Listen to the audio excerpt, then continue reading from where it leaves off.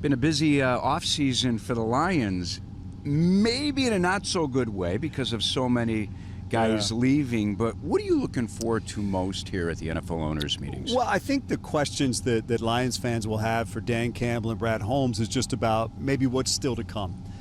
Look, this is a good depth chart, and they could go out and play a game tomorrow and I think feel pretty good about it. But I do think on the offensive and defensive line, there's still questions. And I think that's been the focus of fans throughout the offseason. They did not dive full bore into free agency. They brought in DJ Reed, which is obviously big at corner. But those lines, I think, are still the focus. And there's still some free agency. There's still trades, and there's still the draft. But I think fans kind of want to hear, where are you on this? And, of course, Lou, they will tell us nothing. And, Dan, I'll tell you what, man, this guy lost his offensive coordinator. He lost his defensive coordinator as well. We're truly going to find out if the winning has to do with the players, the talent, or the coaching staff. I think a couple things there. One, Ben didn't bring all his players to Chicago, which we're happy about. Two, the good thing about John Morton, the new offensive coordinator, is he was here in 2022. He was here when they built this offense. He was part of designing this offense with Ben Johnson. So you've got that. You've got his familiarity with Goff's familiarity with him, and then you have the fact that Dan Campbell's worked with him before. So there's not going to be any surprises. Because, look, we all know, regardless of what you do in life, you may hire somebody and think you know what you're getting, but until you're in the trenches with him, you really don't know. So he knows what he's got in him. So I think there's some positives there. But, look, there's always questions. Him calling a game is going to be different than Ben calling a game. We'll have to wait and see. You know Ben Johnson better than I do. You were with him, 6 seasons? 3 as offensive coordinator. What are Bears fans going to love most about this guy? His intensity. He's an intense dude, man, and he wears it on his sleeve, and he wants to win, and he wants things done the right way. Look, I'm sure you're going to see it. I have seen Ben light guys up at practice before. He wants things done right. He wants things done like you're going to do them in a game, and you're going to hear about it. And look, he's a perfectionist, but he is also really creative, really good at his job. This is a different job than I saw him in. There's much more involved. He wears a lot more hats, but look, this is a natural progression for him to become a head coach in the NFL. Now we see what he can do with that. But what I saw was a heck of an offensive mind that brought really exciting football to Detroit. Is it tough to determine how many wins he may be worth to this team? I think it is because, look, we're in March. We think we know what these free agent acquisitions might mean to the Bears. We don't know who they're going to draft, and the rest of the division is tough. I just don't know. I think there's so many variables that go into it. Look, I'm hesitant to predict anything for anybody after all the injuries we saw in Detroit last year. There's just so many unknowns. I just think, look, there's things Ben has to prove as a head coach. The same questions that Dan Campbell had to ask, and more, because Dan hadn't even been a coordinator when he took over. Right. So it's not unlike anybody else who gets a gig for the first time. You got to prove that you can do it. And it's not just calling a game anymore. It's everything that goes into it and working with all those personalities and your staff and the organization and your players and making them all come together. Can you take me inside his mind just for a second and hear me out? Bears have the number 10 pick in the first round.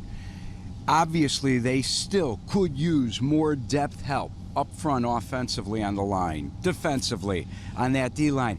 And Bears fans are excited about maybe Ashton Genty falling to 10, or that they're getting together with Tyler Warren, the tight end.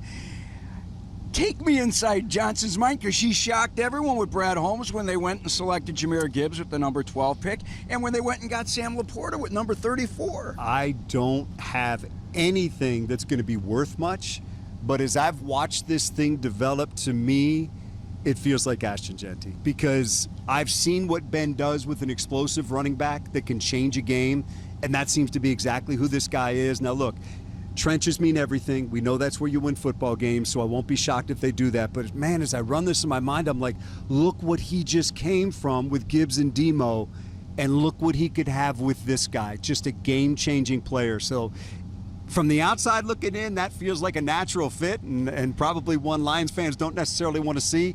But there's other thinking, obviously, and we'll have to wait and see where that goes. But it's a natural fit to me. You have Bears fans jacked just by saying that. All right. What I saw him do with Gibbs and Montgomery, how do you not want a game-changing back in his hands again? Exactly. Number 28 pick. Where are you leaning? I think it's got to be, look, first of all, trying to figure out what Brad Holmes is going to do is impossible. He's not going to draft for need. He's going to draft the best player available. But it feels like best player available and the trenches will match up in this draft. That it could be an interior offensive lineman, or it could be anybody along the defensive line. They can really use anything inside or outside. If I had to guess, that's what I think it is. It's one of the two sides of the line where they can use some help on both sides. But again, he doesn't do things the way that people anticipate he's going to do things, and it's kind of hard to argue with the way that he has done things. All right, take me now to Detroit as I wrap up this great conversation with my good buddy Dan Miller. Bears fans have had this unbelievable, longest-standing rivalry with the Green Bay Packers. Is that Lions-Bears rivalry going to replace the Bears-Packers because of the Ben Johnson story? Not after Ben Johnson called out Matt LaFleur in his opening press conference. That's true. But no, listen, I mean, look, Lions fans... I saw the Lions fans hate this guy for leaving. Well, they're angry. There's no doubt. I think they're angry he stayed in the division, but I think they'll get over that. I think it's going to be a great rivalry. There is no doubt. You'd be fooling yourself if you didn't think that when the Lions play the Bears, that the Lions not only want to beat the Bears, but they want to beat Ben Johnson. And it doesn't mean they don't respect Ben Johnson or appreciate what he did in Detroit, but he's now a Bear. And that means he's on the other side, and sometimes you never think you're going to see something like when Chelios came to the Red Wings. Right. But look. Patrick Kane. But yeah, look, people end up someplace and they're playing or coaching another team, and that's just the way it goes, I think. But I think your rivalry with the Packers is the one that just went through the roof, too. I mean, when he reminded me of his comment about LaFleur. I was like, really? Yeah. He's a confident man. He is believe me, you asked me about Ben. Confident man, no doubt about it. Speaking of confident, are you confident still that the Lions are the best team in the NFC North today? Yeah, I think we have the least questions. I think Minnesota still has to figure things out at quarterback. You're handing the reins to a rookie there. I think Green Bay still has some holes on that team that they have to figure out. And I think you guys, look, you're trying to put together a whole bunch of guys that you brought in free agency, which on paper looks great, but on paper it doesn't always work in the NFL either. So I would say the Lions have the fewest questions, but we got things we're dealing with the coaches, as you alluded to, and guys coming back off injuries, and Aleem McNeil maybe not ready to go right at the beginning of the season. So there are things that have to be answered, but if I had to look at a team right now and say that's the team based on track record, what they have coming back, I would say it's still the Lions, but there's all sorts of stories that can develop here. Little Lou Canellis, a little uncomfortable here at the Breakers in Palm Beach. Excuse me. This is Dan Miller's type of neighborhood. We'll get you through. Thanks, Pinky off. I love it. Yeah, exactly. Good job. Always. Okay.